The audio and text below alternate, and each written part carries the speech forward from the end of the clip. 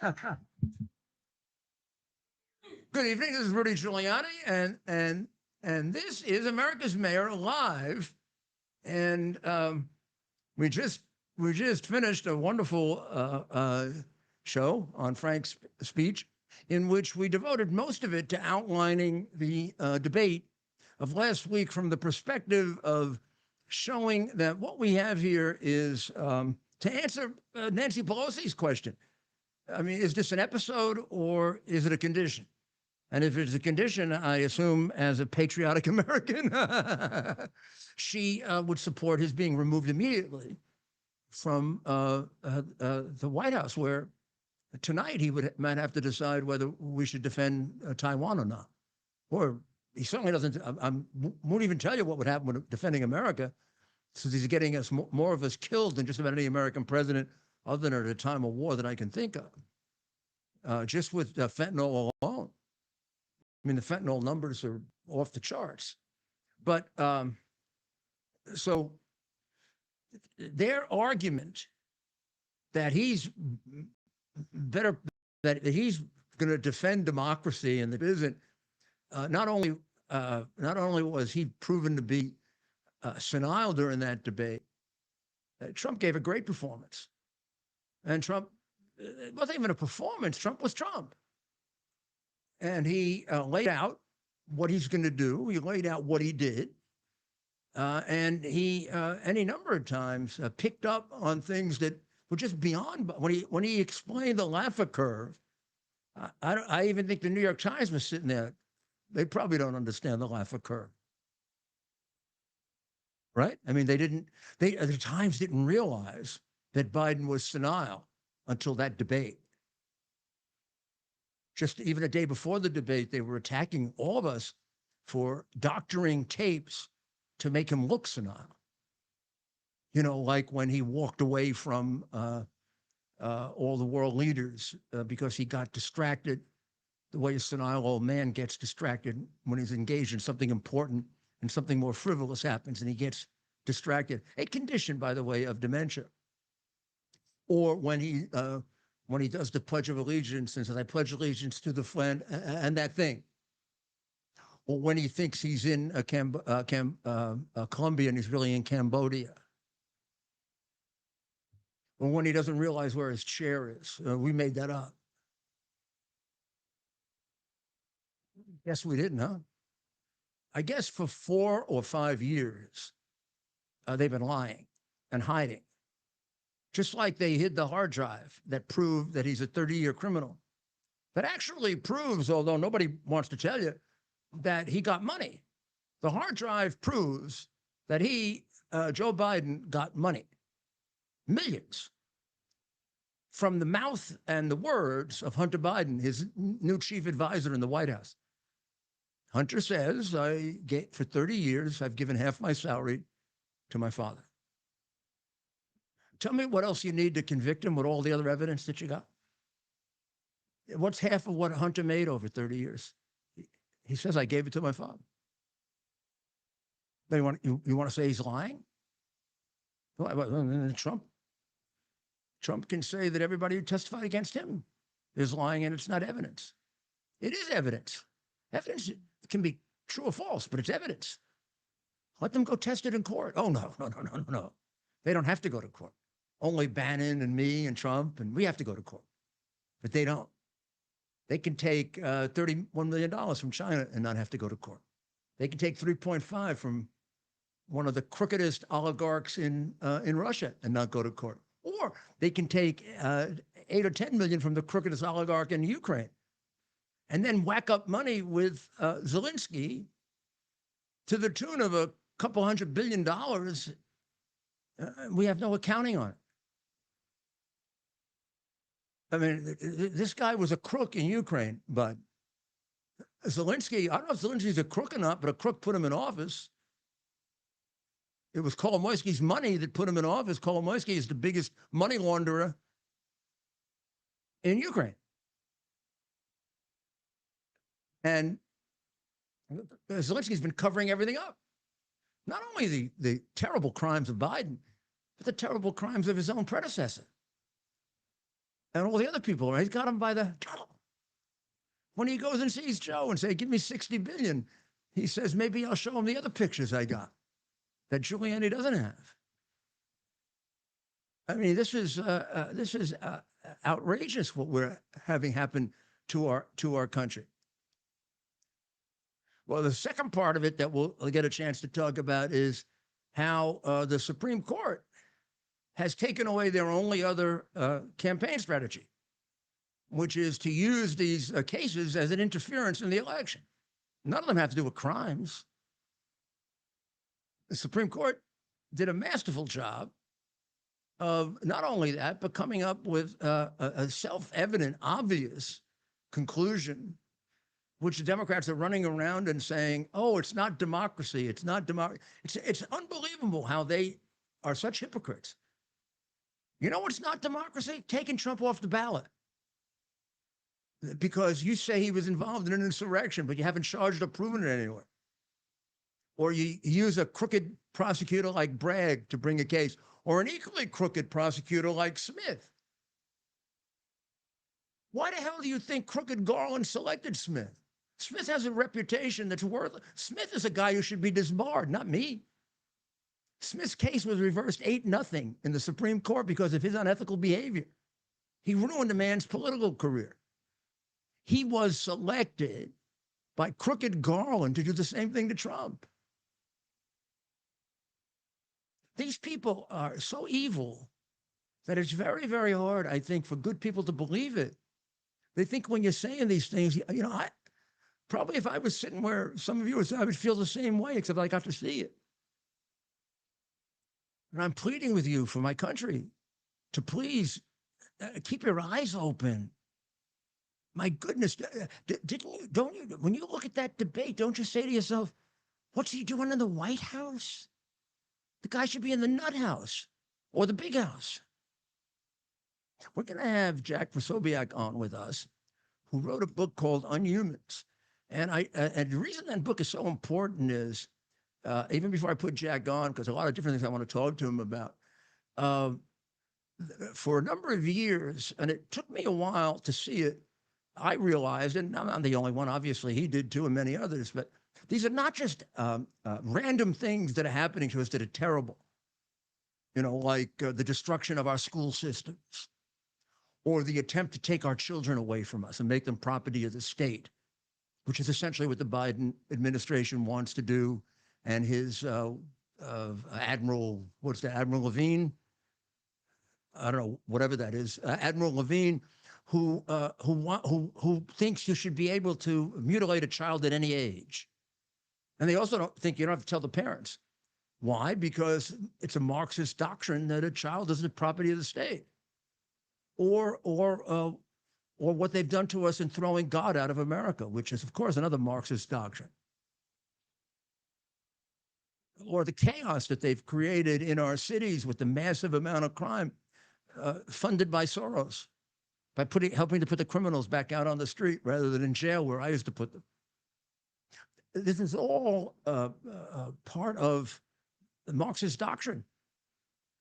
This is in a different form and in a different time, what Stalin followed, what Mao followed, what Hitler followed. And we're a long way there. We're not heading there. In a few places where our school system is there already. I can't imagine the damage they've done to our military with the woke military. You think that's just accidental, that they're creating a woke military? Or that we let China become the largest navy in the world? And effectively, if you count inflation, we have a declining defense budget? It's all part of something that started a long time ago, infected this party of slavery in a very, very evil way back. And somebody like Jack really understands it. And the foreword to the book is done by, I believe, our friend for whom my heart aches today, Steve Bannon. Is he on? Sure. Is he there? Jack?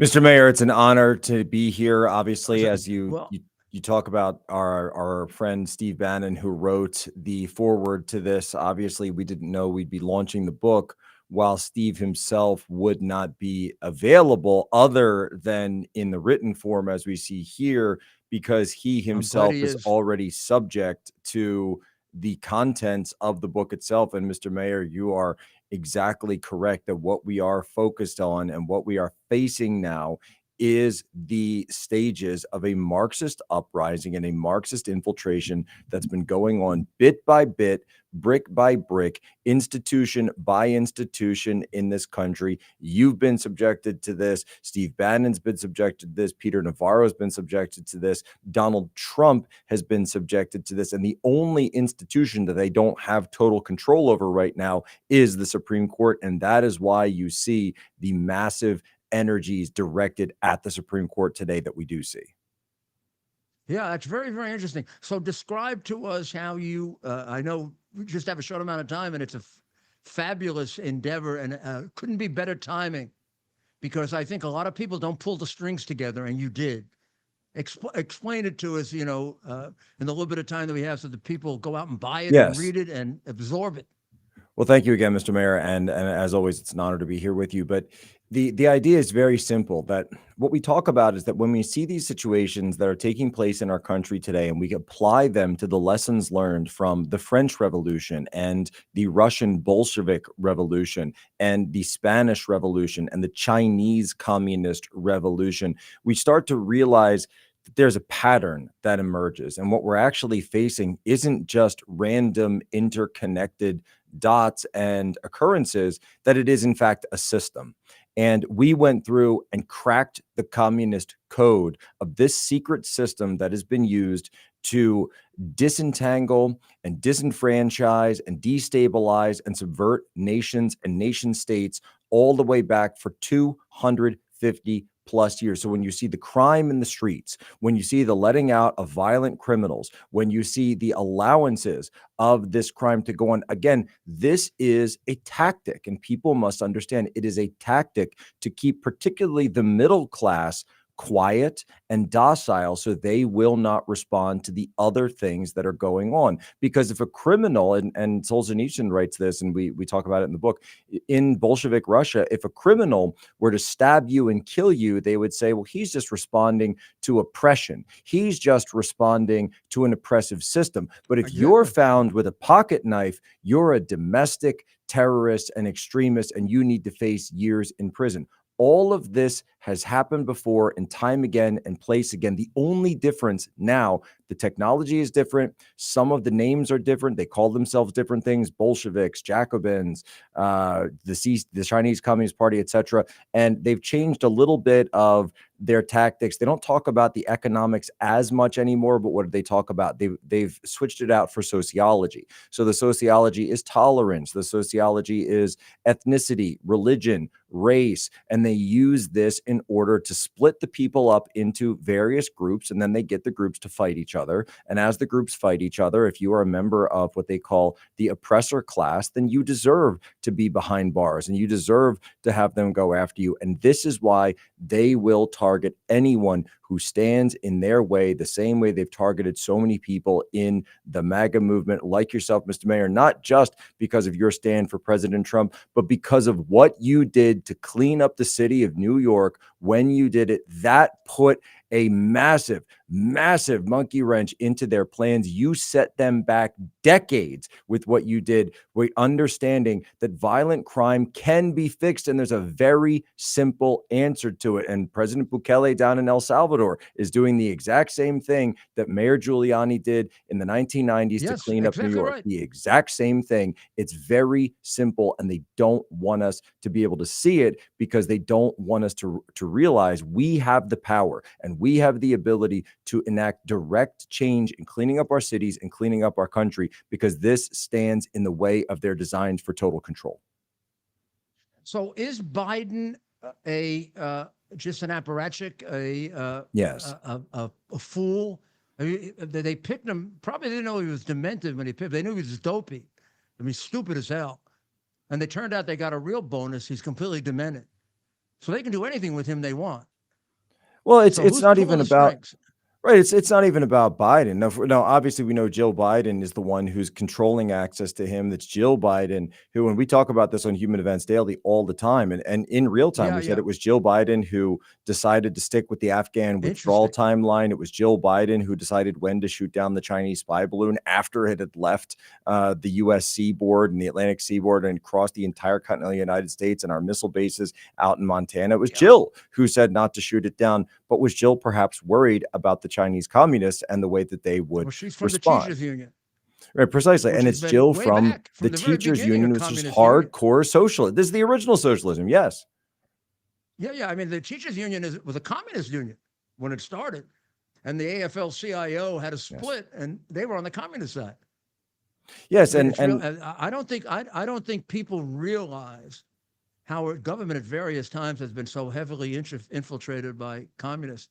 You know, McCarthy made it a bad word, but he was half right, or maybe more than half right. we Just discussed wrong in the way he did it. Senator McCarthy very much in the book. We talk about the specific focuses of his investigations. Good. We talk about Alger looking Hiss and forward the to it. fact that Alger, so it's similar to, as you say, with Joe Biden. FDR, when FDR was rolled into Yalta, remember, FDR's diagnosis was kept hidden from the American people because all of the communist apparatchiks and Wow. infiltrators around him were using him Yeah. as a way to give Stalin whatever he wanted. So World War II is fought and waged over Poland, over the invasion of Poland. And yet after World War II, at Yalta, there's a top secret agreement that Poland and the rest of Eastern Europe would be given to the godless atheist communists of Joseph Stalin and his teammates and his compatriots in Poland, and then all the way over to Eastern Germany. Well, And then we learn that they also had signed a top secret document at Yalta at the behest of Alger Hiss, while FDR is completely catatonic, that China would fall to the communists and that the Soviets would be given special privileges throughout Manchuria. And we have the documents, Mayor Giuliani, that not even Joseph McCarthy had access to what are known as the Verona intercepts. And the Verona intercepts were top secret NSA documents that were then later corroborated with documents from the Kremlin archive after the fall of the Soviet Union. We have them printed chapter and verse, every single piece of this, backed up citations in the book, where people that were directly targeted by Senator Joseph McCarthy were in fact direct Soviet agents, KGB agents, NKVD agents. They were on the payroll, and so many of the people that they lied about when Senator Joseph McCarthy ran his investigations to say they're infiltrating us through the State Department, then they're going to go into the CIA, then they're going to go into Yalta, that he was exactly correct, because that's precisely what they did. Well, Jack, it's a great undertaking. It's a patriotic service. I'm going to have it on my Kindle tonight. I'm going to read it. I promise you in 2 days, and I'm going to have you back if you don't mind. Because I'm more than honored to come back, Mr. Mayor. American people need to know this. It's hard. It is hard. It's hard to pull this all together. It's hard to believe it, really. But unfortunately, if we don't realize it and don't stand up to us, we're not going to have an America. God bless you, Jack. And our founding fathers this week in 1776 on the 4th of July understood it wasn't just a document they signed. It was an understanding that they would be tried and hung and killed as treasonists if they lost, but they believed in freedom and they believed in this country, and they fought and won. And so when we see Steve Bannon be sent away to the gulags, when we see others being targeted by lawfare like yourself, Mr. Mayor, it is because they are terrified of your results. They are terrified of what you've done to them for bringing down the truth on their designs. Well, what a great 4th of July gift. Amen. God bless you, Jack, and your beautiful family. God bless, Mr. Mayor. I'll let them know. What a great American, huh? Gosh, I'm feeling goosebumps thinking about what he just said. You know, I've been saying this in a more indirect way, and I've done podcasts on how we were moving towards socialism, moving towards communism. I did a end of the year piece 2 years ago saying we're there already, and trying to get people to understand how these little threads all come together. And, this book is, which I've only read an outline of. I'm going to read the whole thing in the next 2 nights. I promise you. I'm going to get it on my Kindle. We're going to finish it. And we're going to talk about it. This is a great, great service to America at a time that we need it, because this is what's happening to us. This is exactly what's happening to us. And this fool that we have, criminal that we have in the White House is making it all possible. And I think the thing we got to talk about is who's the directorate? Who's behind him? Who's behind the curtain? Huh? This guy's not making decisions. And Hunter isn't either. Hunter, I'd eat my hat if Hunter's clean. I don't have a hat. Well, we're going to take a short break and we'll be right back. That was a great interview.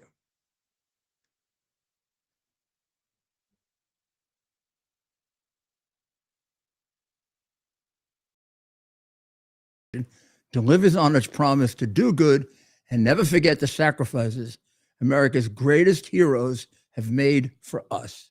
Heroes who risked their lives to keep our communities and our country safe. Heroes like United States Marine Corps Captain and pilot John Jeremy Sachs. Captain Sachs sustained fatal injuries when his military aircraft crashed during training, killing him and 5 other service members. He's remembered by loved ones as courageous, brilliant, and devoted to his career, family, and friends. John is survived by his wife, Amber, who gave birth to their second daughter 3 months after his death. Tunnel to Towers paid the mortgage on the family home for Amber and their 2 daughters. The foundation has helped over 1,000 military and first responder families navigate the worst of times by removing the burden of a mortgage payment. Our nation's heroes and their families need your help now more than ever. Donate $11 a month to Tunnel to Towers at T2T.org. T2T.org. That's T, the number 2T.org. T2T.org. Please donate now.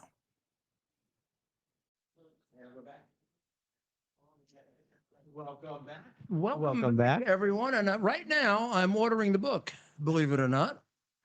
I'm ordering the book right here, right now, because you have to pre-order it, unfortunately, but I'm going to see if I can get it on my Kindle before that, because otherwise, if I don't get it on my, I'm not sure I can get it on my Kindle, because I want to keep my word that I'm going to read it in the first 2 nights that I get it. I don't even know how long it is. But believe me, I can do it. I've done it before in one night. And this will keep my interest, because these are all things that I've talked about, read about, written about. He's just done a great job of pulling it together. That's just the right time. Just the right time. So the Supreme Court really took away the other Biden strategy. To take this, I don't really know how to convey how profoundly damaging to this country the Biden administration regime has been. It's the first really fascist dictatorial regime that we've had in this country. Just look at the different cases that have been tried, and the people that have been put in jail, and the people that have been sued, and sure, Trump's name and my name and Bannon and Navarro come up, but I think, what is it, 1,000 people for January 6th? You really think 1,000 people committed crimes on 1,000? You don't think that's a little exaggerated? You think the 73-year-old lady they put in prison is a little much? How about anybody go back and take a look at what they were saying the first day, the 4 people that were killed by Trump supporters, when it turns out that nobody was killed by Trump supporters? Do you think that would lead to a re-examination of maybe a lot of the rest of it was a big damn propaganda ploy done by Marxists? When I looked at Pelosi before, saying, is it an episode or condition? I'm starting to think that she actually thought she was defending him, because she may be getting a little dotty. I mean, I know she doesn't have any original body parts on her face, but she may not have any in her brain either. She may have thought she may have actually thought people were going to say, oh, it was an episode. Yeah. 1,000 episodes becomes a condition. I mean, maybe she didn't sink him on purpose. But she also said, which I thought was extraordinary, that she took accountability and responsibility for January 6th. Now, I think she meant accountability for not asking for or agreeing to the National Guard. But she said it in a more general way than that. Trump was absolutely right. We'll go back and get that for tomorrow night. So there were a couple of times when she was in office, Ted, where I thought she was getting a little senile. And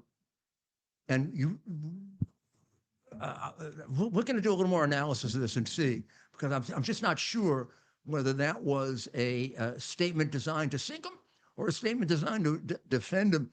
I don't believe that. Yeah, I'm going to find that. I'm sure she misspoke when she took accountability for January 6th. She meant to somehow take accountability for not agreeing to the National Guard, which in a way does take accountability for January 6th. If you think about it, Trump has been saying from the beginning, and I know this to be 100% true, that he had urged them to use the National Guard. And I know he says 10,000. I seem to remember 20, but okay, 10,000. And the mayor and she and several others turned him down. And remember, he used the National Guard one place during 2020, and he threatened to bring out the National Guard in Seattle, and the whole thing ended. He said, I'll bring out the National Guard. The next day, boom, they all ran away. But you have to understand that a president can't do that without, if the president does it, he violates the law, unless he's declaring a national emergency, unless we're under attack. And President Trump, despite all of this I know the man, and as his lawyer, I know some of his decisions intimately. I know how he immediately reacted to the idea of using the military domestically.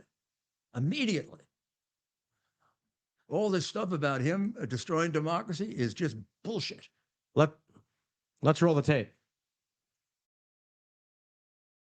We did not have any accountability for what was going on there, and we should have. This is ridiculous. You're going to ask me in the middle of the thing when they've already breached the inaugural stuff that should we call the Capitol Police? I mean the National Guard? Why weren't the National Guard there to begin with? They thought that they had sufficient resources. That is not a question of how they had been. They don't know. They clearly didn't know, and I take responsibility for not having them just prepare for more. Yeah. So how about we apologize for those who said that Trump lied when he said that Pelosi took responsibility? How about you apologize, you communist bums? How about we apologize for that, huh? Will you stop trying to brainwash our people? God, you got so, man, this is our last, this could be our last chance to keep this thing, to keep what they gave us on July 4th, 1776, huh? I never thought, I never ever thought we would come to this, ever. I mean, I wake up in the morning sometimes completely puzzled. I get over it quick. I'm not Biden. I don't remain puzzled. I don't wave to non-existent crowds or think I'm in Colombia when I'm in Cambodia. And I can count backwards from 10. But this is extremely serious.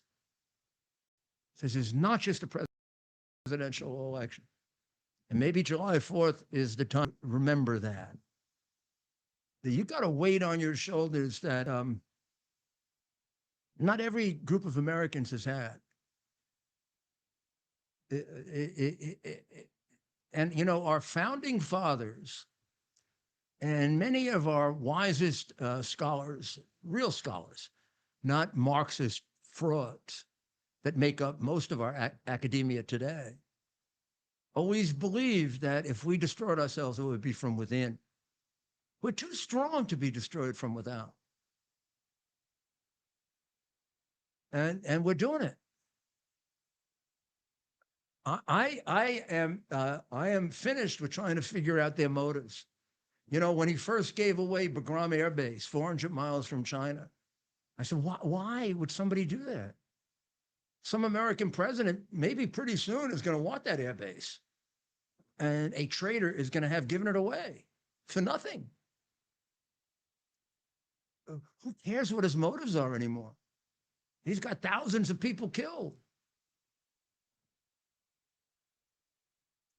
And I'm beginning to think you can't avoid the obvious. I mean, what's the chance that there's a connection between the $31 million that China gave to his son, which his son says half of which he gave to his father? His son texts that. And giving away an airbase that basically is on the border of China. And I'm not supposed to make a connection between those two, because there's no other explanation for it. It's crying out for an explanation. So get Jack's book and read it and give it to your friends, because this is what we're facing right now, today. This is what we're facing. We're also facing an invasion likes of which we've never seen before. We're getting women and children killed. It's outrageous because of Biden. These are Biden invitees. That's what they should be described as. And I know they get really, really upset. They get extraordinarily upset when you call them illegal aliens. Well, the hell with them. Because, and they like to say they want to follow the law. Like hell they do. That's why they're Marxists, and they're properly described in 1984 by Orwell as, doublespeak. When he says that Trump will destroy democracy, what he means is he's doing it. When he says that it's science, what he means is, no, it's not. It's propaganda. It's not science at all. It wasn't science that the vaccine would cure COVID-19, was it? Biden told us we better take it, otherwise we'd lose. People lost their jobs for not taking it, who turned out to be right, and he was the liar. Well, I refer to the people who come over illegally as illegal aliens. And in my city, there actually was an effort by a communist mayor, de Blasio. And when I say communist mayor, his mother was an actual card-carrying communist who didn't get promoted at Harvard because she was a card-carrying communist. Maybe that explains why he went to Cuba on his honeymoon. Who would go to Cuba on their honeymoon? Except a sick communist. And he sided with the Sandinistas against the United States during the Reagan administration. I mean, he probably denies that he's a communist, but he's a communist. So he was going to make it illegal to even refer to them as undocumented. I don't know what you had to call them. I mean, they make up new words for things. God's children, I guess, like dreamers. They're dreamers. What are they dreaming about? I don't know. Well, here's why I call them illegal aliens. Because that's 18 United States Code, Section 1352. What's that word here? Ted, what does that word say? Right there. I was never an A student in English, but that says alien. It says alien, yeah. You know how many times it says it in the statute? 13 times. It says 13 times alien. And I'm not supposed to use the word in the statute? What am I talking about? Something other than the law? Like hell, I'm not going to use the word. They wanted to make it illegal to use that word in New York. You know, the New York City Council, which is made up of a lot of communists, has voted to give the vote to people who are not citizens. Now, that is completely destructive of a nation. How can you have people voting who don't know anything about your country? I mean, it's basic to a democracy that you have an informed electorate. Oh, I don't know. You can read any I mean, they don't read. I mean, I think Biden was left back in the 3rd grade. Read, gosh almighty. The only thing you can read is the teleprompter, and even that he screws up. But the reality is that you can't have a country if you don't have citizens, if you don't have people who have pledged allegiance to it. That's what a country is. Otherwise, if anybody could vote, 10,000 Chinese could come in tomorrow, vote for Xi Jinping's son to be president, as long as he was born here. We just wouldn't have an America. We're connected by nothing. This is what's going on in Europe. This is why all of those silly, jerky, idiot, left-wing morons in Europe are getting kicked out, like Macron. Macron's party came in last. And what did the left wing do? They did what they did in America. They started burning things down. We don't burn things down. I don't know. Do you remember on January 6th, did anything burn, Ted? I don't remember anything burning. I remember things burning every night. What? With Black Lives Matter, supported by Soros. Every night. And I remember the people from CNN, like the Pravda, communists saying, this is a very peaceful demonstration. And the building's on fire behind him.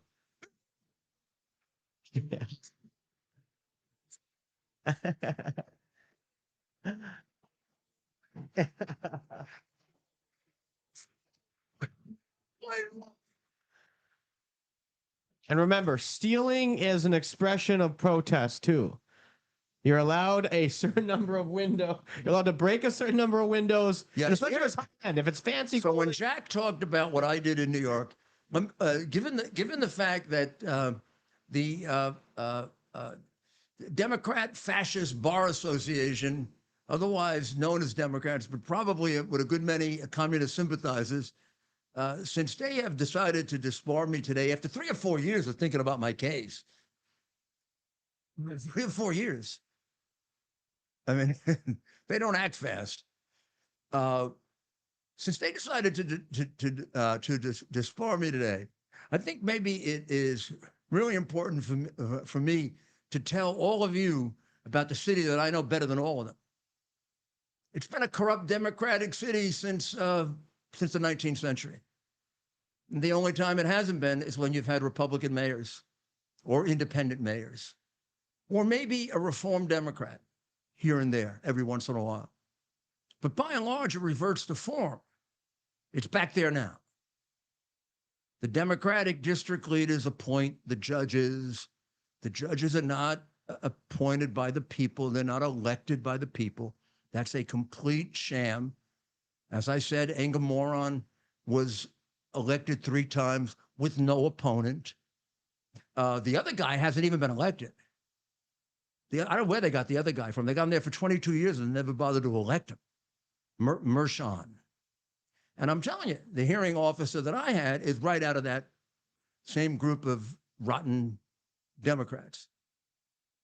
And one of the things my city needs is a massive reform of the judicial system. It would also help because it's not just the prosecutors who are letting out the people that are raping and murdering and pillaging in New York. It's the judges. And it's been the judges for a long time. In fact, the guy who runs Manhattan, who picks all those judges in Manhattan, his father was known as Let Him Loose Bruce. Yeah, he was a Koch. Too bad he's not around to tell you what a terrible judge he was. So his son is picking the judges now. Just like a terrorist son was running San Francisco when they were setting records for murder. And just like Fannie Holo, father was a Black Panther.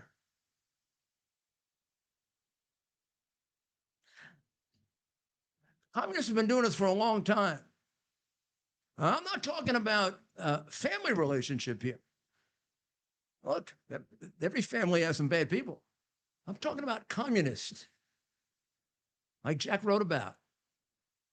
They go back to 1850. Read. They go back to read Marx. If Marx were around today, he would give Biden the Communist Award, or whoever's running Biden. I'm sorry. There's a directorate running Biden. That thing that you saw talking the other night, you think he makes decisions? Come on. Come on, come on, come on, come on.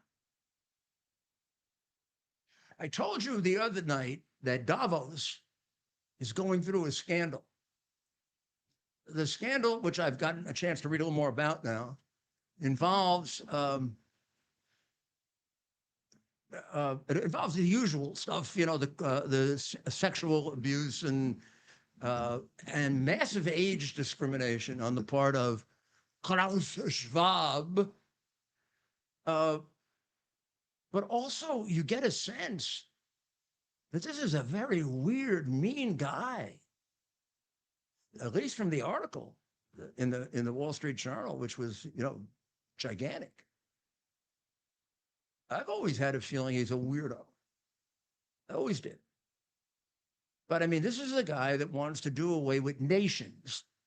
And if you've ever bothered to read Soros, which is a burden, he's not a good writer, and he's a ooh-ah. But Soros hates American nationalism. Now, they equate nationalism with Nazism. But let me tell you that one of the things that communists do in the group of things they have to destroy in order to take over, straight from Marx and Engels, is the nation, the culture. Remember, I think you'll all remember the Cultural Revolution.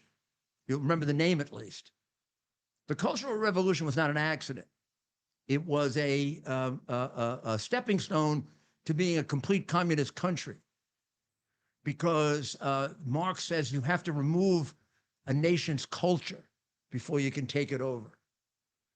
So that's what they're doing in China. That's why they did away with Chinese opera, Chinese dance. The red Chinese don't love China. They love communism. Same thing was true in the Soviet Union. It was the Soviet Union, not Russia. Everything Russian was done away with. Their art, their literature, their music. Their artists were persecuted.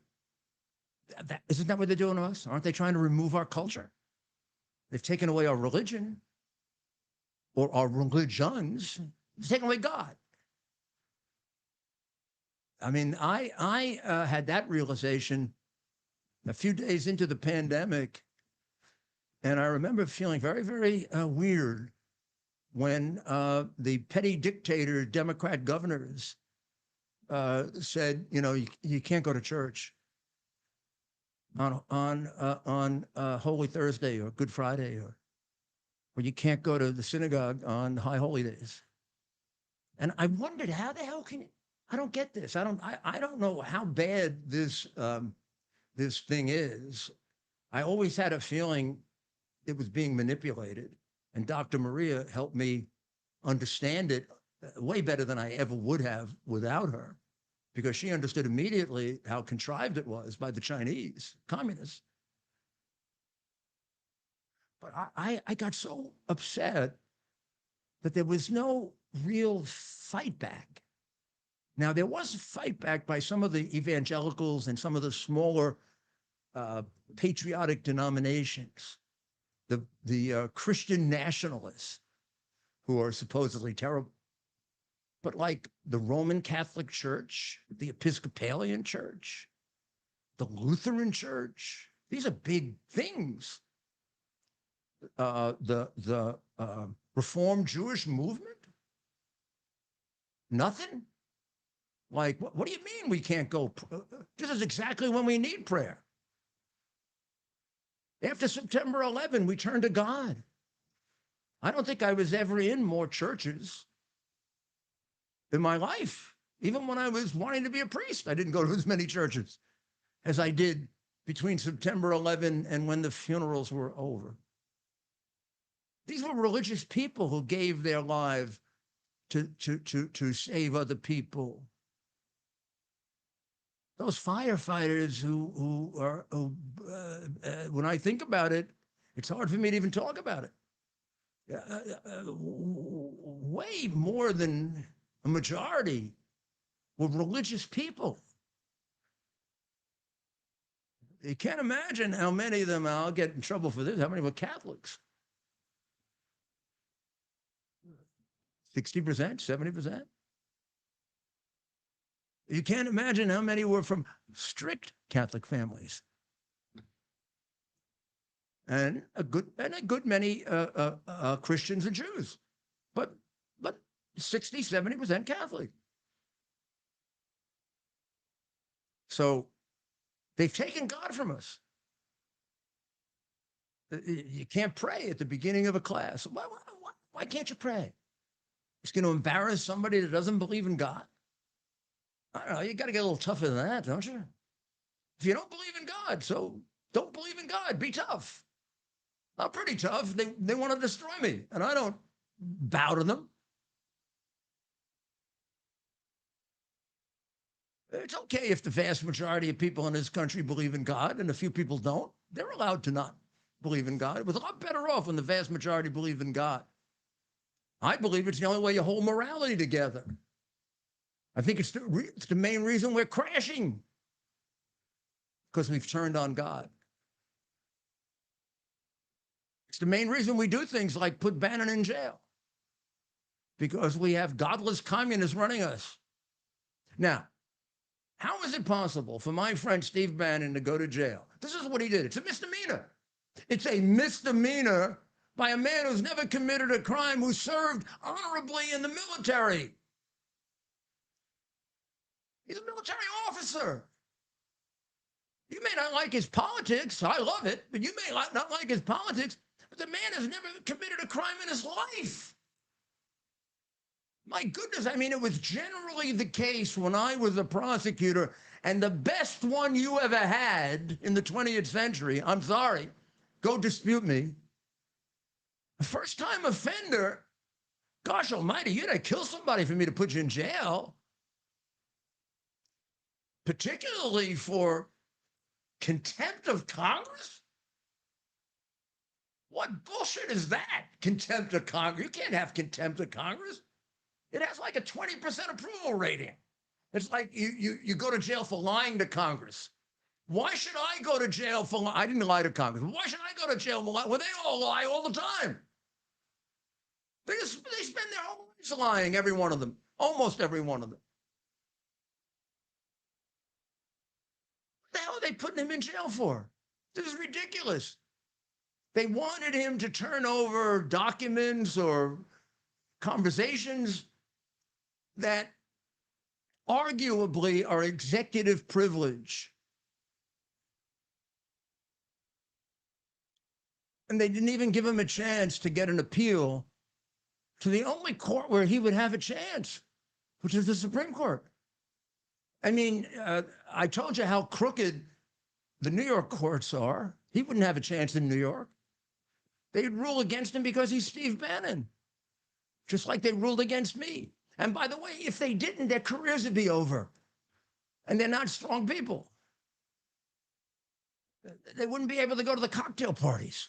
Oh, Bar Association cocktail party that has the crappiest food you ever saw and the biggest suck asses you ever saw walking around. They put that man in jail because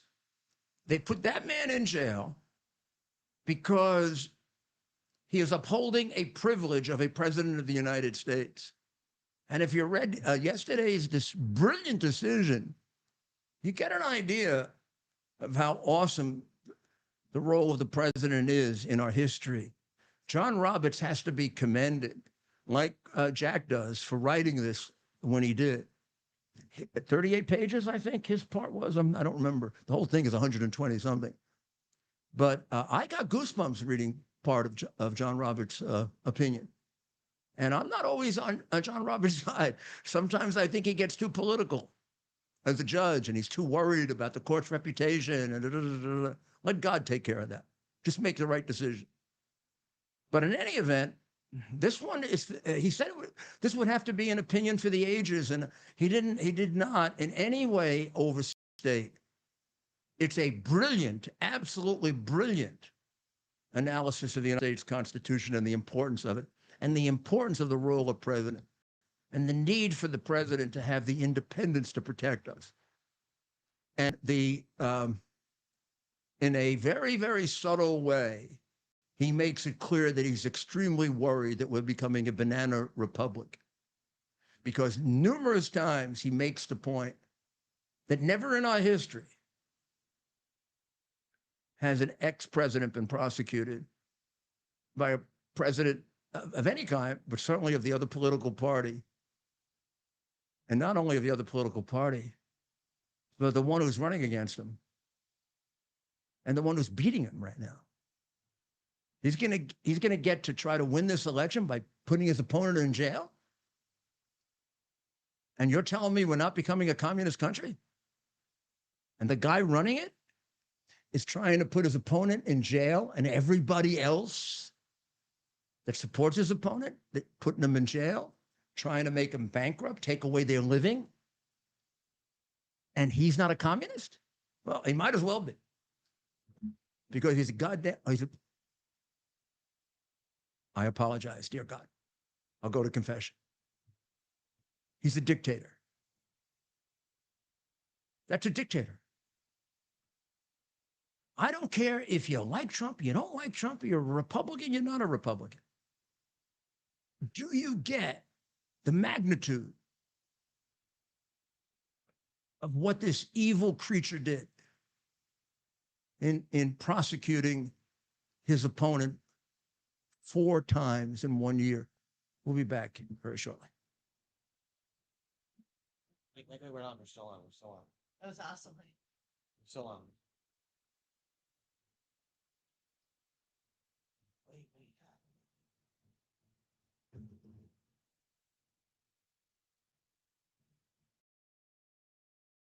We're having the biggest sale ever on Overstock clearance and brand new products. For example, save 60% on our Goose Down comforters, the best comforters ever. They go perfectly with our MyPillow bed sheets and duvet covers.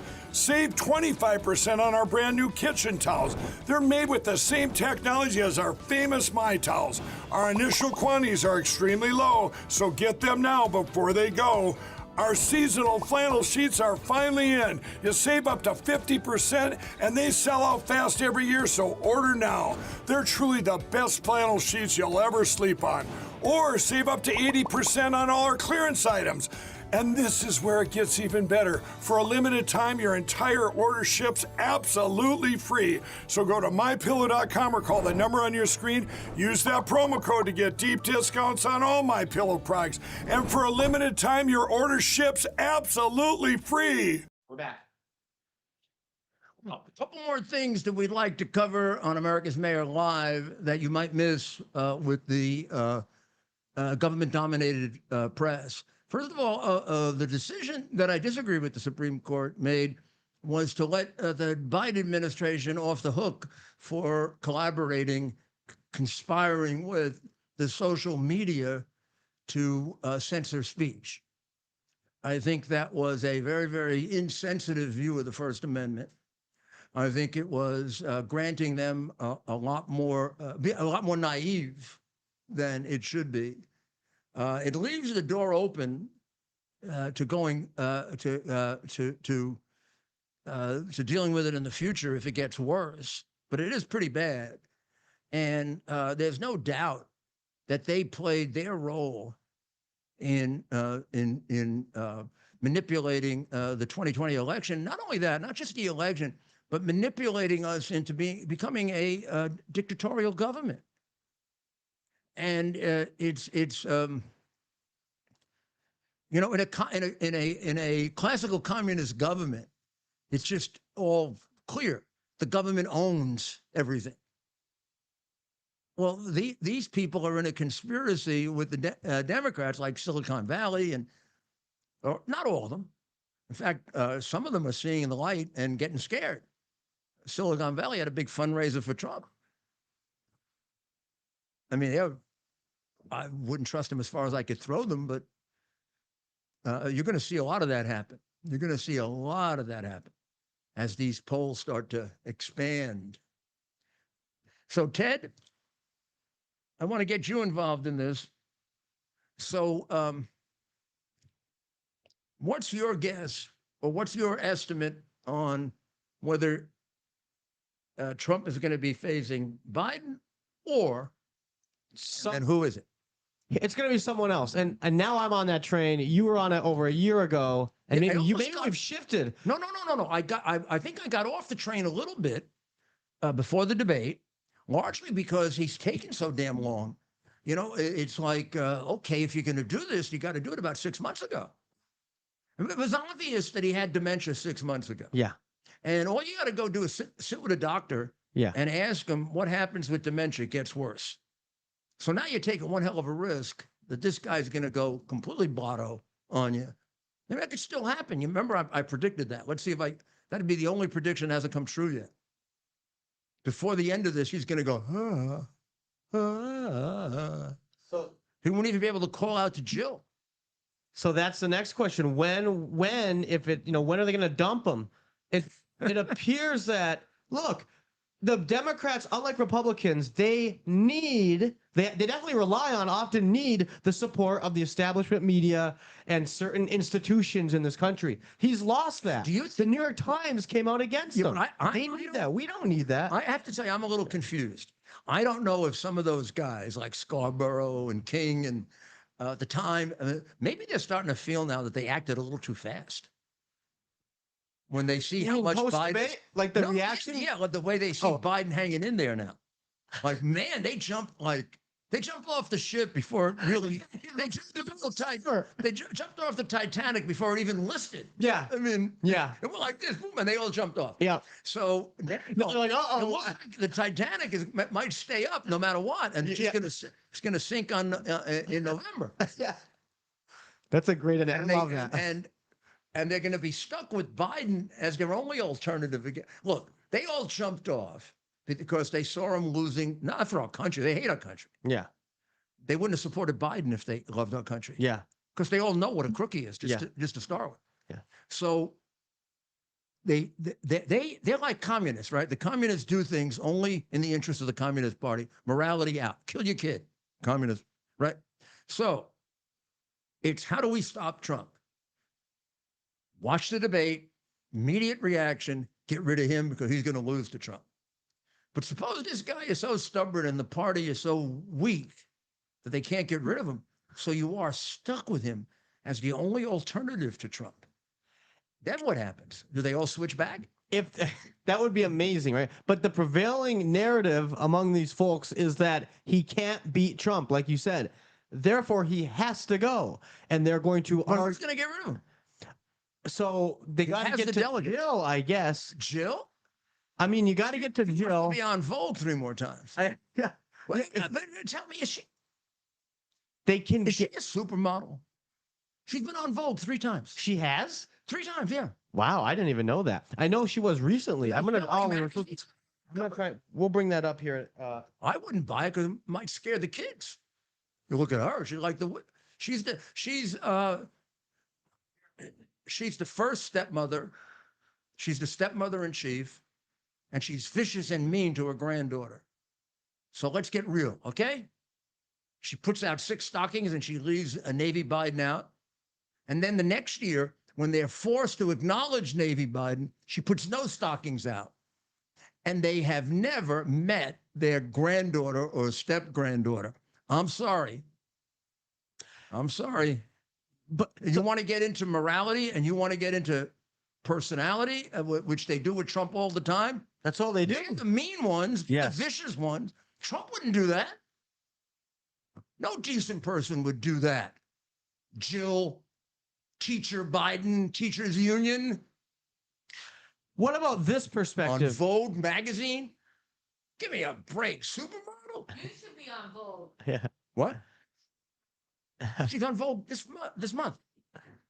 But Mayor, from this perspective, what if the Democrats can somehow convince themselves, look, let's dump Biden and bring in someone, and I don't know who that is, they don't have this person, someone young, someone that they can then, throw all this excitement behind with just 4 months to go. They'll have the DNC in August. That's a week of primetime They're coverage. talking about Little Petey.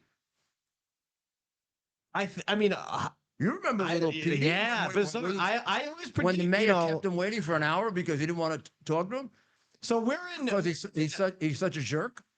So Mayor Giuliani and I, this is over a year ago now. We got to go back. I got to find the headline and put it up.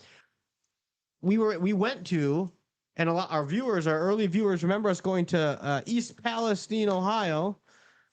After that train derailment, we meet with the mayor of the local community, small I know a town, little something about mayoring, and Mayor Trent Conaway is sitting there with Mayor Giuliani in this small town, great town in asking Ohio. advice, and I was giving it, The giving county advice.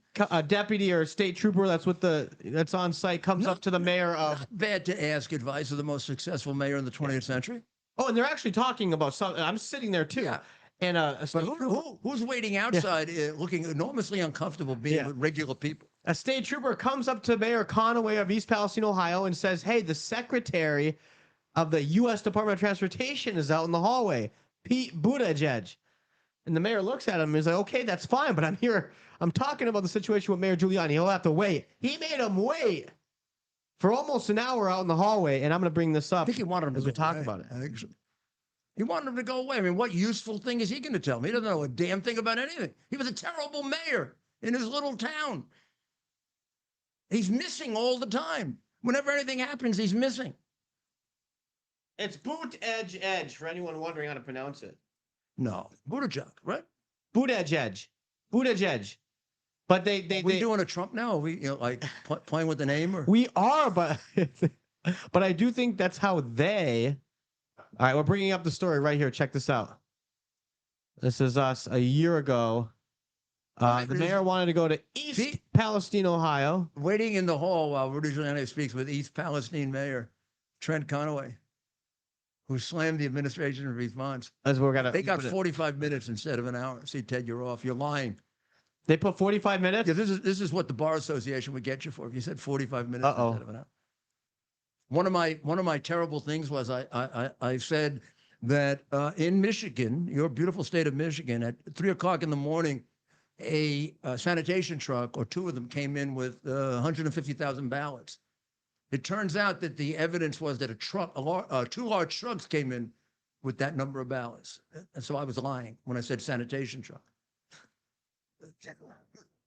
Well, that's what I was told by the witness. It was a but how about the big part is the truck came in with 150,000 ballots that were off of Biden. I mean, that's really what the case is about. But this is what they've been doing to you. Do you understand? When I say that the election of 2020 was stolen, they try to attack me as if I'm demented like Biden. I'm not. I have the evidence. And the courts wouldn't take it because they didn't want to get their hands dirty. So I went to the legislatures and I presented all the evidence to the legislatures. And the reason you have it historically is because I did that.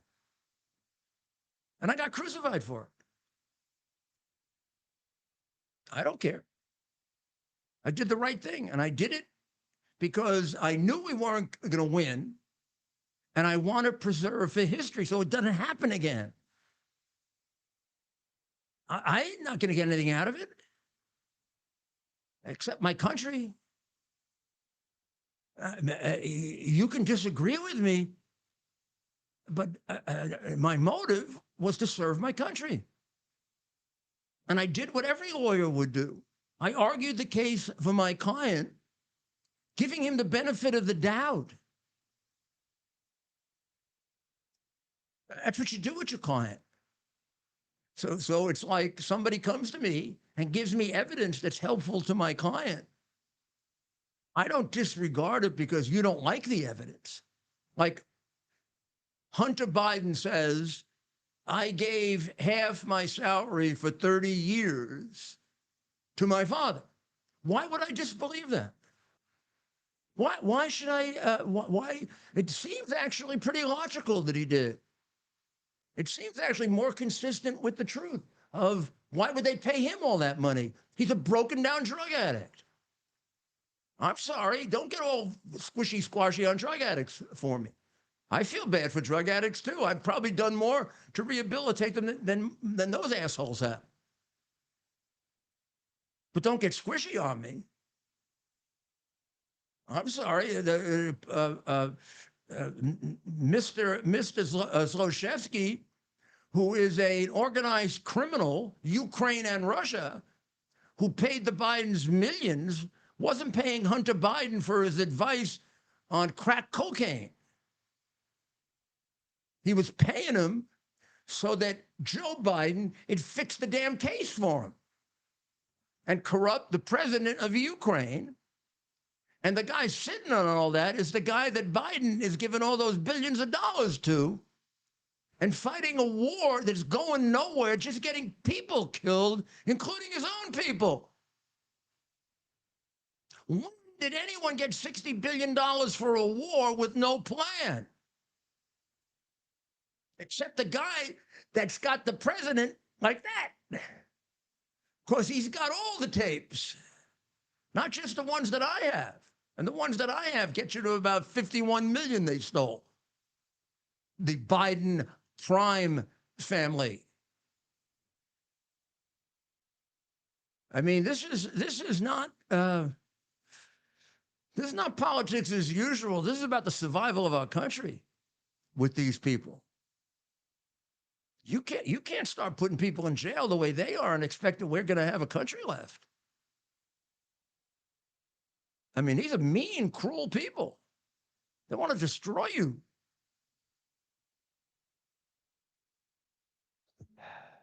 And it applies to all of them. Pelosi and... Look, they can still all this nonsense about procedure. It's so hard. It's going to be too difficult. You're right. Democrat leadership's going to be on board until they're not, right? They're not going to waffle publicly. They're backing them. They're backing them. They're backing them until they're done backing them, right? Mayor, there's not going to be anything in between. I think only one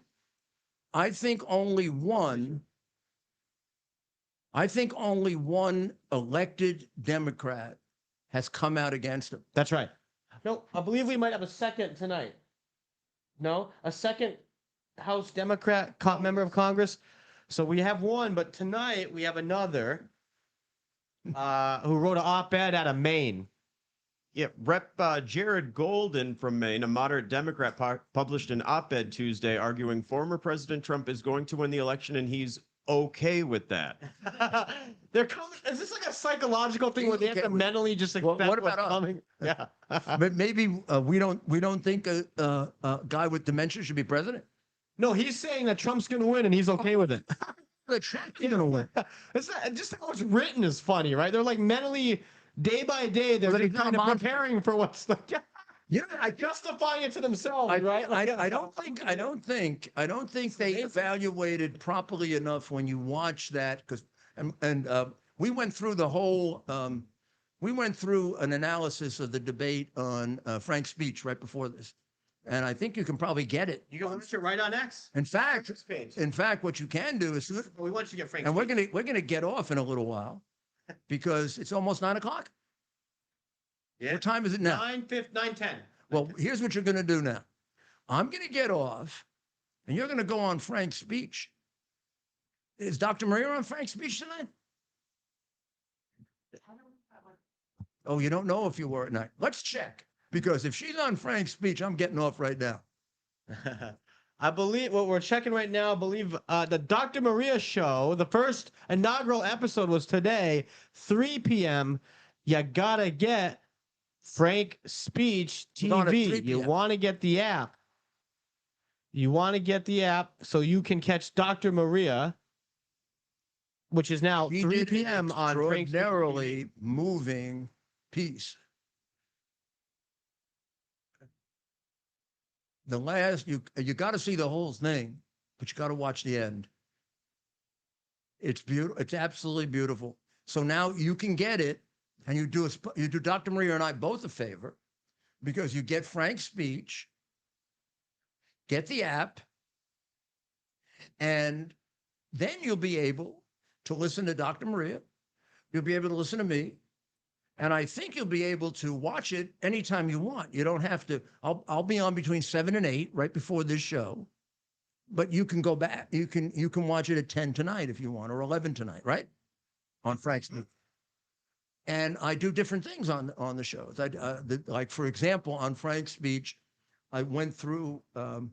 We took 15 excerpts from the debate, mostly for the purpose of showing that this is not about losing a debate. It's about having a mental illness called dementia. And dementia is a mental illness. Yeah. And I mean, it's the worst kind of mental illness the president could have. It means he can't think. Imagine a president that can't think. That just that he can't talk, he can't think. And when you think of the evil people around him, the Biden people, I mean, the Obama people around him, man, this gives that unbelievable, horrible president just what he always wanted. He wanted to be the guy, and he wanted to be the Rasputin. He wanted to be the guy in the background. Well, he is, but I don't think it's even him. You know, he's not that energetic, and he's not that smart. This is broader than him. This is Soros and Klaus Schwab, and their sycophants. The one world people who either are knowingly or unknowingly sort of serving the interests of the Chinese Communist Party, because right now that's the dominant Communist Party. And China's not going to end up with one world where everybody gets a voice. Why would they do that? They don't do it in China. They kill their own people. I mean, you knew, for example, that Dr. Fauci was a miserable human being when he answered the question saying, well, China wouldn't be involved in doing this. They wouldn't want to kill their own people. How many of their own people have they killed? 80 million? I think the lowest number I've ever seen is 60. And the guy sitting there is various parts of China is practicing genocide, real genocide, not the made up kind, like with Israel, real genocide. He's a bloody, bloody murderer on the level of a Hitler, on the level of a Stalin. And what happens in San Francisco when he comes in? They nominate this guy, and I'm going to show you every night the great reception he gave to the biggest living murderer of the Chinese people in the world. He gave him a reception like it was Julius Caesar returning to Rome, and nobody put a knife in his back. Like he was some kind of a conquering hero. The guy's a murderer, a mass murderer, probably the biggest one in the world.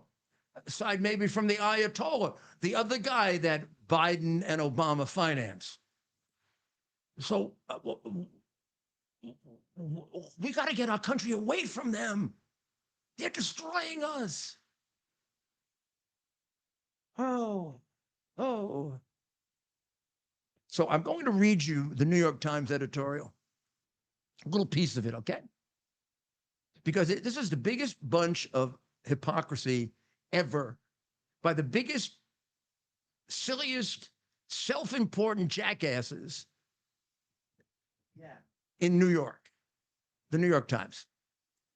I was a successful mayor and Reagan was a successful president because I always did the opposite of what they suggested, always. I learned it from my boss.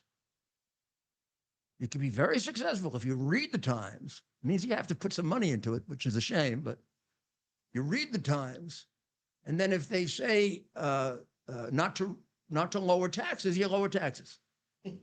Now, you don't even have to know about the Laffer curve. Just say, just lower taxes. Or if they say, you know, you should allow the people to be in NATO and not pay. Make sure they pay. Okay? All right. So here's what they wrote, a little piece. This is the paper that the day before was saying that all those things like Biden turning his back on the world leaders and waving to, I don't know, what were they, some kind of some people that were paratroopers or paragliders or something. He was waving the paragliders when he was supposed to be at a serious world conference. Perfect sign of dementia. Hi, paragliders. Right? And notice it was the conservative that went and embarrassed him.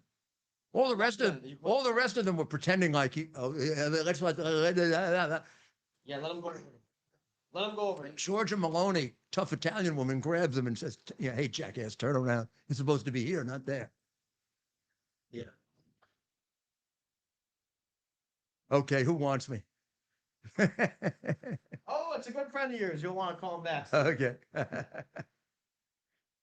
As long as it isn't President Trump, we'll take that directly. Remember when he called me about a year ago? He did on the show. One If time he on the called, show. you I weren't think it was answering. in Florida when he called me. No, we were in Florida, and I answered. I don't think No, Teddy answered, and it was President of the United States. I'm trying to remember how he identifies himself. To see this is President Trump? I mean, I call him President Trump.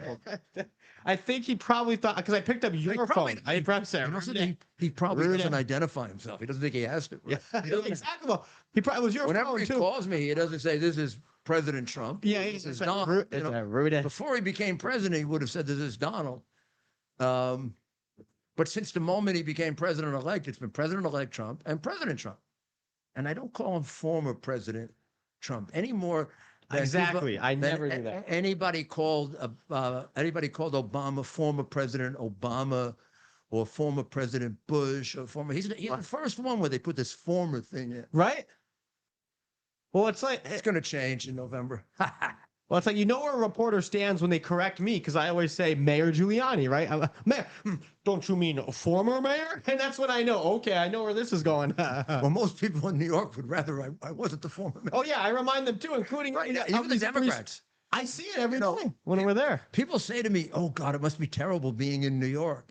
Now there are places where I've had problems with these maniac left wingers, like the ones who are rioting in France right now because they riot in New York. Can't name But one. by and large, in New York, it's like They miss you. I get plenty of Democrats to come up to me Yeah. and say, you know, we wish we had your back. We don't care about Republican, Democrat. It's actually Our city's a disaster.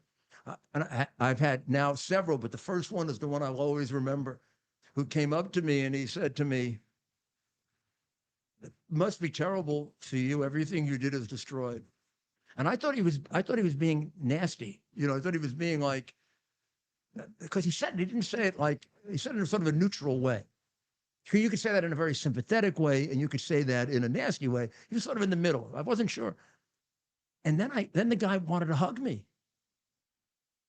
And I realized he was saying it the way I say it, in great sadness. Do you realize what it feels like to watch this? After all, I mean, look, I mean, I'm not, it was a lot of work. Right? There were a lot of attacks, nothing like this. God almighty, it was like Alice in Wonderland compared to now. And it was mean and vicious. I mean, I worked for Ronald Reagan, and they would constantly say he was stupid and dumb and Star Wars, and everything he said turned out to be right. He's right about the reduction of taxes. He was right about Star Wars. People in Israel would be dead today if it wasn't for him. But they're like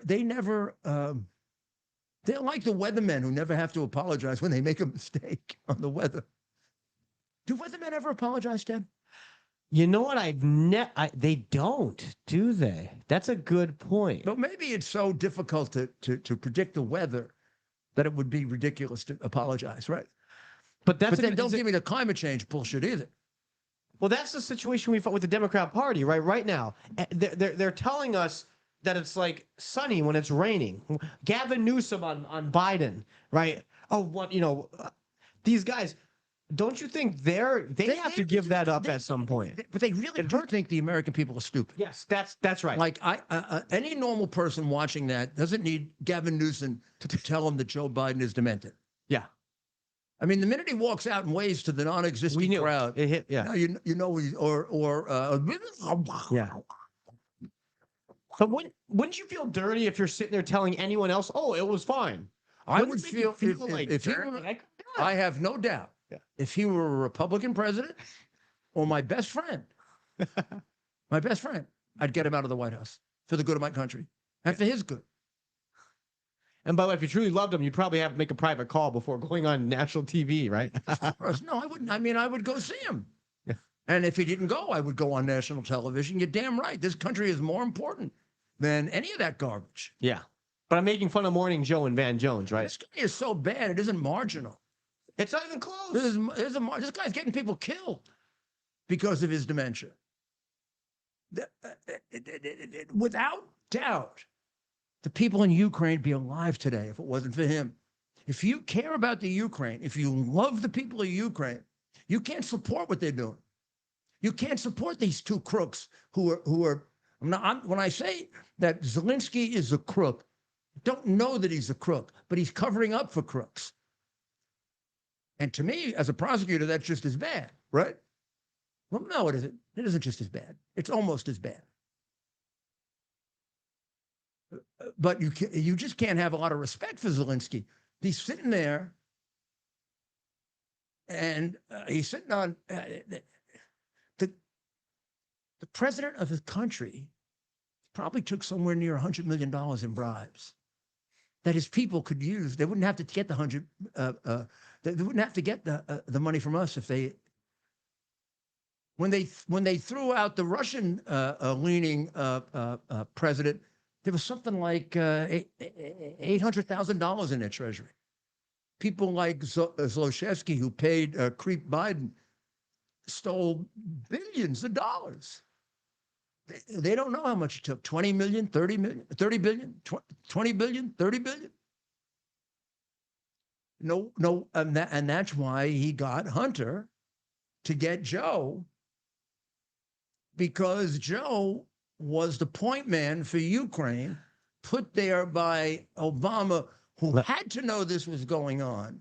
And I'll do that in another episode and show you how Biden had to know this was going on. Biden is not as smart as they think, as they make him, but he's not as dumb as Yo-Yo. Let's roll. Or not even close. Yeah. Let's roll the tape.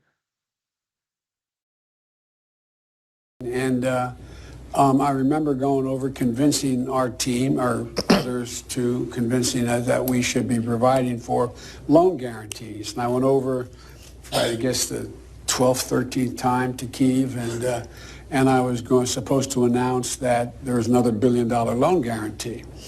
And I had gotten a commitment from Poroshenko and from Yatsenyuk that they would take action against the state prosecutor, and they didn't. So they said they were walking out to press conference. I said, no, I said, I'm not going to, or we're not going to give you the $1 billion. They said, you have no authority. You're not the president. The president said. I said, call him. I said, I'm telling you, you're not getting the $1 billion. I said, you're not getting the billion. I'm going to be leaving here. And I think it was, what, 6 hours? I looked, I said, I'm leaving in 6 hours. If the prosecutor's not fired, you're not getting the money. Well, son of a bitch. Got fired. And they put in place someone who was solid at the time. Well, there's still, so they made, and so I got. Yeah. Now, let me point out to you the definition of bribery. Offering something of value in exchange for public action. Something of value, $1 billion. Public action, firing the prosecutor. First time I heard that was November or December, late November, early December, 2018. First time I heard it. It was played for me by a confidential informant who was telling me about how Hillary, created the Steele dossier out of whole cloth for $1.1 million, because I was gathering it in my role as defense attorney for Donald J. Trump. And it was brought to me by a former assistant U.S. attorney of mine who said, Mayor, you'll be shocked, but the Democrats did exactly what they were accusing Trump of doing falsely. And then this informant came to me. When I say informant, this guy's not a criminal. This guy worked for 20 years and I'd worked with him. I mean, he is extremely reliable. I mean, it's turned out to all be true, so there's no reason to say that. But I didn't know I was told that Biden was involved in it, in helping Hillary. And in the middle of relating it to me, when I finally met with him, he said, and of course you know about the Biden big bribe to the president of Ukraine to fix the case. Well, he admitted it on videotape. And so I said, oh, come on. Now, I knew Biden, as I told you, for 35 years. I thought he was profoundly stupid. I mean that. I thought he was profoundly stupid. Originally, I thought he was a nice guy. When I got to know him better, I realized he was really a silly sycophant who just did whatever the party told him and had to read notes. And every once in a while had positions that were pretty accommodating to the communists in Russia. So I started to, get worried about him. But he always was very nice when you met with him. And I bought the idea that he was the poor little guy from Delaware. And I thought, the last thing I thought about him was, I said, well, at least he's not a crook. So I said, I don't believe that. He said, well, let me play it for you. He took out his phone and he played it for me. And I looked at it and I said, holy shit. That's a bribe. Now, very few people know the criminal code as well as I do. I can recite it for you in memory. And I said to them, you know how you parse a sentence when you were in grammar school? With the noun and the verb? When I analyze statutes, I parse them because you have to prove it by elements.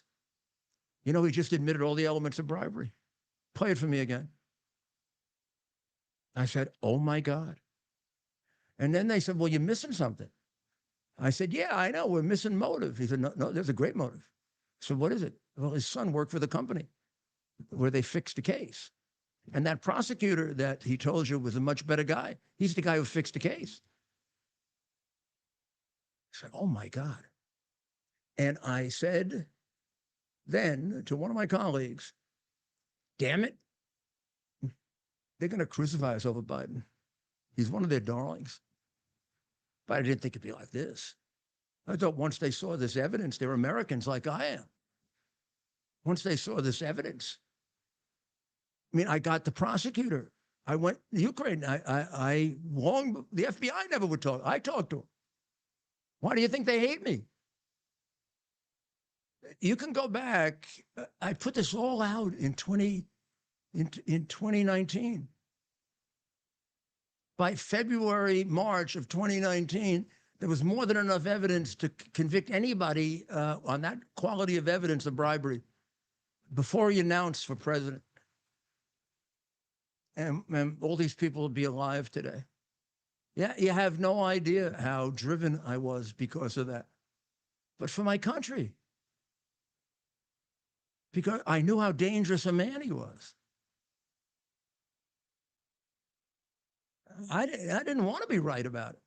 You know, I've been proven right on all of it. I'm going to be proven right on January 6th, too. And I knew it the night of January 6th. We'll go over that, and I'll show you the darn tapes. They're out there in my podcast. You know what else I'm right about? Going to drive him crazy. 2020. He won the election.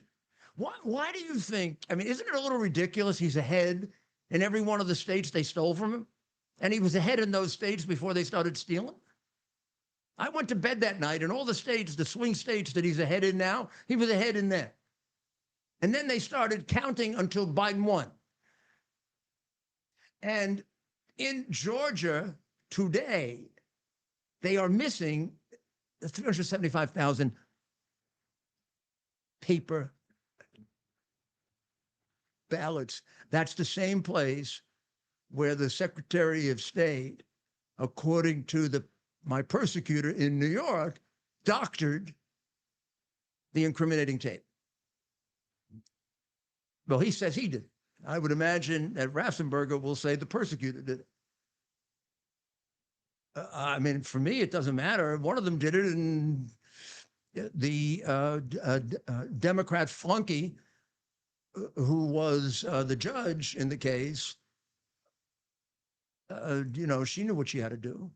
Nobody ever talked to her again if she had ruled for me. I don't fool myself.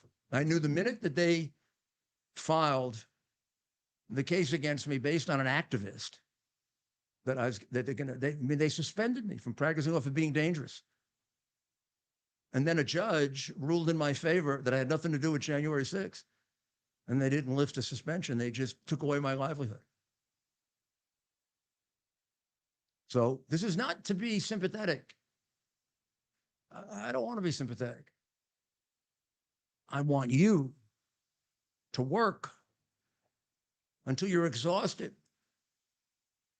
to elect the only chance we have, Donald J. Trump. And I know in my heart, he'll change this. And I was with him from the very beginning of this. You never saw me waver. And there's a reason for it. It's not just my any emotional attachment, and I'll admit to you, I do. I love the guy. But if I thought that he couldn't do it, I'd be the first one to say he couldn't do it. I've told friends not to run for office that I love because they're not up to it. This is too important to have that interfere in it. We need somebody that has to perform a miracle for us. You can't believe how much has to be done to bring us back to being the republic that we were intended to be.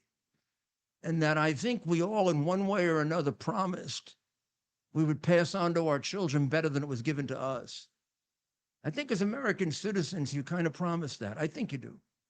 I sure did it as mayor. I took an oath the second time I was mayor to pass on the city better than it was handed to me, and I sure did. And I think every American has that obligation we've been given too much not to have the obligation to pass it on to the next generation better, improved, the way those people who fought the Second World War did. Or the people on September 11th. So don't let us down now. Come on. This is important. It's at the same magnitude as the ones I just described to you. And that's why I'm doing what I'm doing right now And that's why I won't back off. And that's why I told ABC to go to hell when they wouldn't let me talk about the 2020 election. I know what that meant. I know what this means. And I'll do anything to get it across to you for the sake of my country. Well, God bless all of you. God bless the people of Israel. My heart breaks for them because for the first time ever, America has double-crossed them. I don't know, all this stuff about how somebody was angry that Trump related to Biden as a Palestinian, like being a Palestinian is bad. You know why being a Palestinian is bad, pal, whoever wrote that? Because you teach their kids to kill Americans. That's why. Because in your schools, you teach them to kill Jews and to kill Americans. That's why you're bad. I don't like people that want to kill me or the Jewish people or other Americans or anybody for that matter. I'm used to putting them in jail, damn it. So stop teaching them death to Israel, death to America, and I'll stop being angry at them, okay? But don't tell me I'm going to create a Palestinian state so they can hate America like Iran. What am I, a sucker? That's why there's a lot at stake here.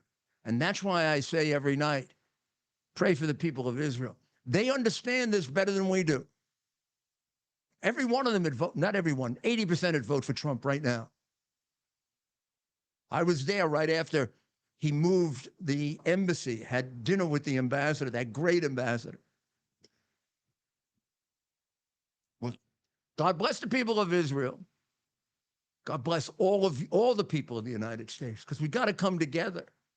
The ones who were out there who voted for Biden, oh, come on, a lot of them were brainwashed. I don't think they're deplorables like they think of us. I don't think they're racists or, I just know the power of our communist infiltrated schools, universities. You saw that. I don't even understand how we have so many people supporting us with what's lined up against us.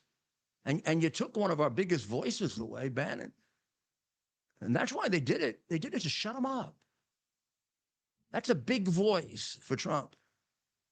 It's a big voice for MAGA. And MAGA's wonderful. How do you get yourself all upset about Make America Great Again? So, thank you.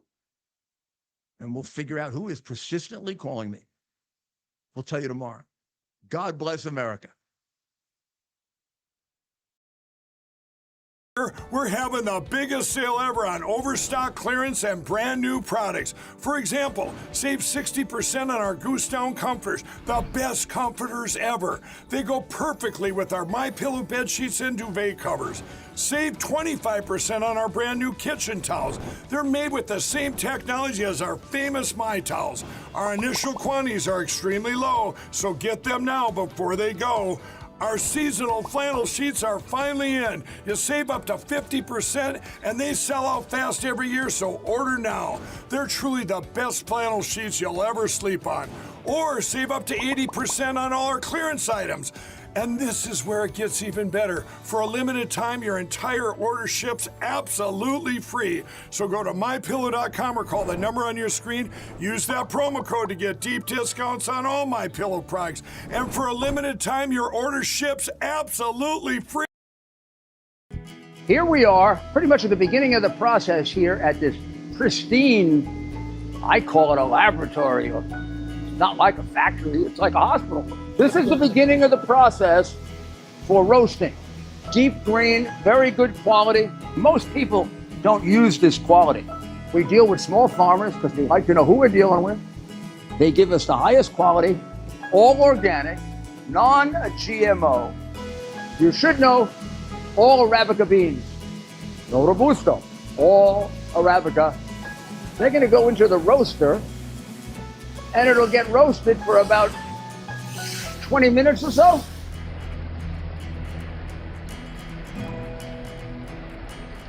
Oh my goodness, look at these. My goodness.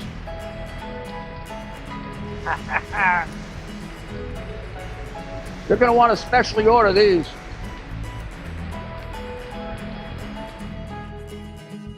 This is what goes into Rudy's coffee.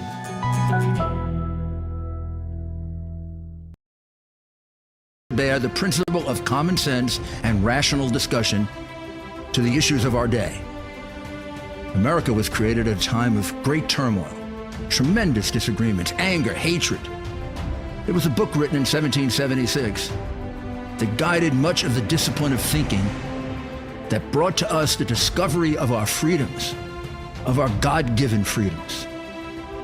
It was Thomas Paine's Common Sense, written in 1776, one of the first American bestsellers, in which Thomas Paine explained, by rational principles, the reason why these small colonies felt the necessity to separate from the Kingdom of Great Britain and the King of England. He explained their inherent desire for liberty, for freedom, freedom of religion, freedom of speech, the ability to select the people who govern them. And he explained it in ways that were understandable to all the people, not just the elite. Because the desire for freedom is universal. The desire for freedom adheres in the human mind, and it is part of the human soul. This is exactly the time we should consult our history. Look at what we've done in the past and see if we can't use it to help us now. We understand that our founders created the greatest country in the history of the world, the greatest democracy, the freest country, a country that has taken more people out of poverty than any country ever. All of us are so fortunate to be Americans. But a great deal of the reason for America's constant ability to self-improve is because we're able to reason, we're able to talk, we're able to analyze. We are able to